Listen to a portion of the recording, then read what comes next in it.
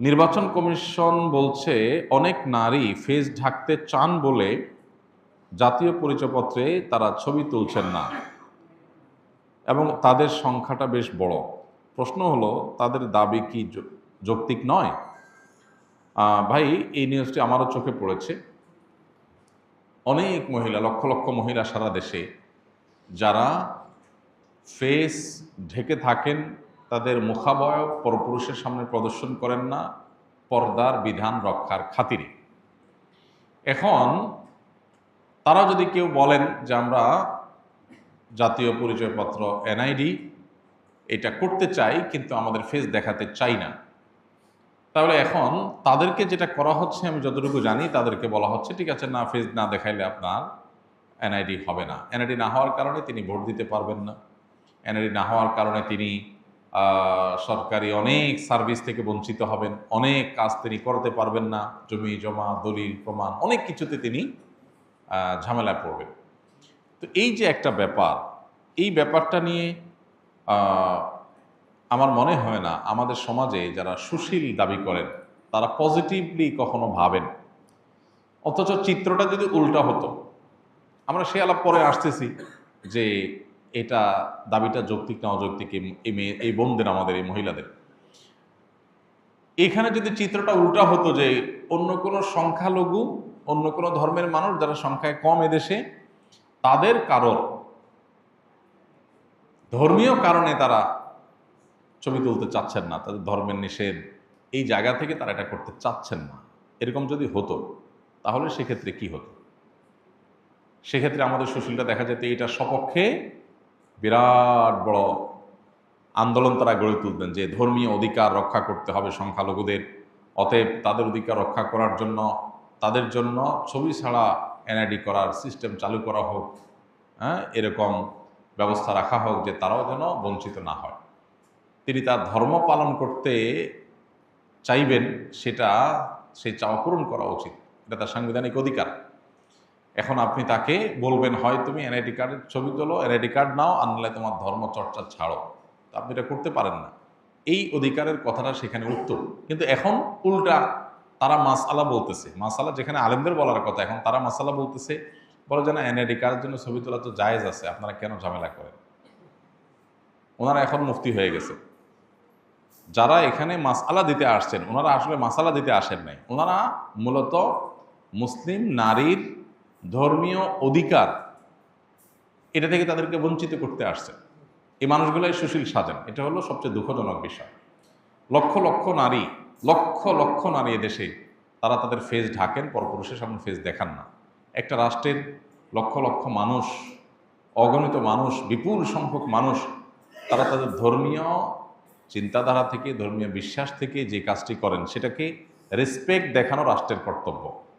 যদি সেটা রাষ্ট্র না করে তাহলে তাদের ধর্মীয় অধিকার, ধর্মীয় স্বাধীনতা, তাদের ধর্মীয় যে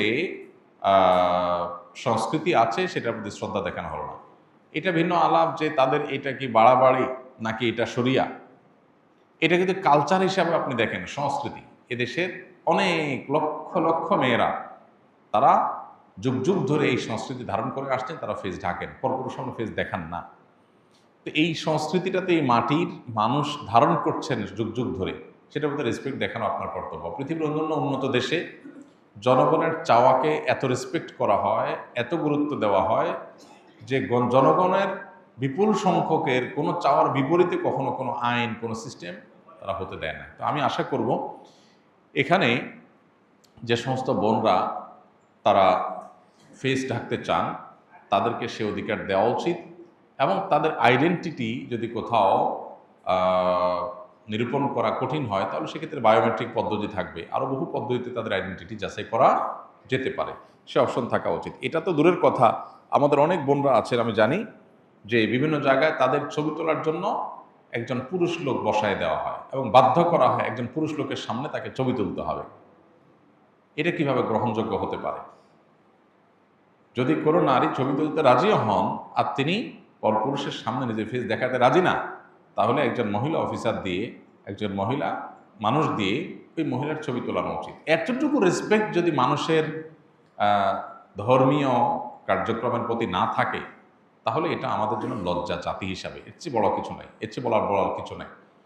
দুর্ভাগ্যজনক যে অনেক জায়গাতেই এই সংবাদগুলো আমরা শুনতে পাচ্ছি যে অনেক মেয়েরা তারা ছবি তুলতে রাজি, কিন্তু পরপুরুষের সামনে তুলবেন না, কিন্তু তাদেরকে বাধ্য করা হয়, এছাড়া অপশন নেই। তো এটা অবশ্যই অগ্রহণযোগ্য, এগুলোর বিরুদ্ধে আমাদের কথা বলা উচিত এবং দীর্ঘদিন পর্যন্ত দিনই চর্চা করাটা এই দেশে নানাভাবে একরকমের অপরাধের মতো এটাকে দেখা হয়েছে, একটা বিমাতাসুলভ আচরণ করা হয়েছে। এই আচরণ যদি চলতে থাকে তাহলে সমাজের বিপুল সংখ্যক মানুষকে আপনি যদি আপন করতে না পারেন বা তাদের হতে না পারেন, তাদের আবেগ অনুভূতি এবং ধর্মকে যদি আপনি রেসপেক্ট করতে না পারেন, তাহলে কীভাবে একটা রাষ্ট্রকে আপনি এগিয়ে নিয়ে যেতে পারবেন? এটা কোনোদিনই সম্ভব না। এই আলাপ যদি আমরা উঠে অনেক লম্বা সময়ের ব্যাপার যে মেয়েরা এনআইডি কার্ডের জন্য ছবি তুলতে পারবে কিনা, জায়েজ আছে কিনা যদি বলেন, তো জায়েজ নিয়ে অনেক ওলামাদের মতে জায়েজ আছে, সেটা আমরা অবশ্যই বলতে পারবো। অনেক ওলামা একরাম বলেছেন আইডেন্টিটির জন্য এটা দরকার হলে নিরুপায় হলে জায়েজ আছে। কিন্তু কেউ যদি না তুলতে চান, না তুলে সুবিধা নিতে চান এবং সেই সুবিধা দেওয়ার যদি স্কোপ থাকে, তাহলে তার সেটাকে রেসপেক্টও করতে হবে। এ ব্যাপারে কোনো আলেমের কোনো দ্বিমত নেই। তো আমরা জায়েজ হওয়ার মতটাকে নিয়ে আমাদের সুবিধা মতো মাসআলা নিলাম, আর বোনদের ধর্মীয় অনুভূতিকে আমি রেসপেক্ট করলাম না, এটা জায়েজ নেই। মেয়েদের জন্য ফেস ঢাকাটা এটা পর্দার অংশ, এটাই হলো সারা বিশ্বের বেশিরভাগ ইমামদের মত এবং সমকালীন বিশ্বের সবচেয়ে বেশিরভাগ ইমামদের মত, এবং এটাই হলো সবচেয়ে বেশি নিরাপদ মত। অতএব এরপরে কোনো সন্দেহ নেই যে ফেস মেয়েদের ঢাকাটাই হলো পর্দার অন্তর্ভুক্ত। যারা ফেস খোলাকে জায়েজ বলেন অনেক আলেম আছেন, তাদের সংখ্যা আজকে পৃথিবীতে বিভিন্ন দেশে যদি আপনি তুলনা করেন তাহলে দেখবেন অনেক কম। উল্লেখযোগ্য যারা আছে, সৌদি আরবের সব ওলামা একরাম প্রায় একমত, বাংলাদেশের সব ওলামা একরাম প্রায় একমত, মিডিল ইস্ট এবং সাবকন্টিনেন্ট যদি প্রায় একমত হয়, আর খুব বেশি থাকে না। এটা একটা গুরুত্বপূর্ণ বিষয়। আমি আশা করব যে তাদের বায়োমেট্রিক উপায়ে বা নানাভাবে তাদের আইডেন্টিটি এটা যদি নিরূপণ করা হয়, তাদেরকে নাগরিকত্বের সুযোগ সুবিধা থেকে বঞ্চিত করা, এটা তাদের অধিকার ক্ষুণ্ণ করা ছাড়া আর কিছুই